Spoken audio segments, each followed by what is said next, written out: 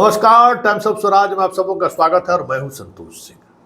और आज हम टाइम्स ऑफ स्वराज में बात कर रहे हैं 2024 के लोकसभा चुनाव में एक खास तरीके का ट्रेंड देखने को मिला है। और वो ट्रेंड ये जता रहा है कि जो MY समीकरण की बात पूरी मजबूती से लालू करते रहे हैं, वो MY समीकरण लोकसभा में जहां M उम्मीदवार था वहां साफ दरकता हुआ दिखा। वहां Y का उस तरीके का समर्थन नहीं मिला जिस तरीके का समर्थन M पूरे लोकसभा चुनाव के दौरान Y के साथ खड़ा था। हम बात लालू और तेजस्वी के उस MY समीकरण की कर रहे हैं जिसके तहत बिहार में चुनाव के दौरान, लोकसभा चुनाव के दौरान उन्होंने 2 सीटें दी, एक सीट अररिया और दूसरा सीट मधुबनी। उन दोनों सीटों के रिजल्ट पर गौर करेंगे, विधानसभा वाइज, बूथ वाइज विश्लेषण करेंगे तो आपको लगेगा कि अररिया में भी बड़ी संख्या में, जबकि जितनी आबादी यादवों की अररिया में है, यादव और मुसलमान एक साथ आ जाए तो बीजेपी के उम्मीदवार की जीतने की तो दूर दूर तक की चांस है ही नहीं। लेकिन यादव उम्मीदवार मुसलमान उम्मीदवारों के साथ खड़ा नहीं दिखा। अधिकांश यादव बूथ पर बीजेपी के उम्मीदवार बढ़त बनाते हुए दिखे।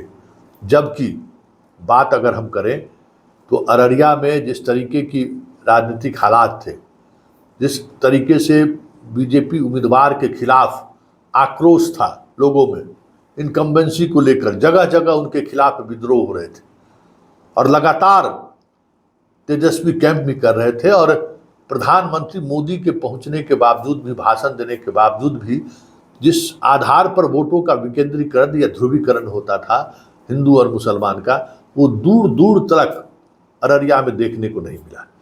जिस तरीके से माहौल बनाने की कोशिश होती थी हिंदू मुसलमान के नाम पे, वो भी कहीं दूर दूर तक नहीं दिखा। फिर भी यादव मतदाता राजद के मुस्लिम प्रत्याशी को वोट उस एग्रेशन के साथ देते हुए नहीं दिखा जैसे मुसलमानों ने उनके साथ वोट करते हुए दिखे। यही स्थिति मधुबनी का भी रहा।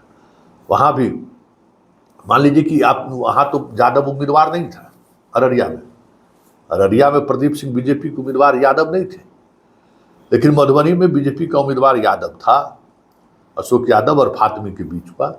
वहाँ भी पूरी कोशिश हुई अशोक यादव की तरफ से कि हिंदू मुसलमान को लेकर नैरेटिव सेट करें।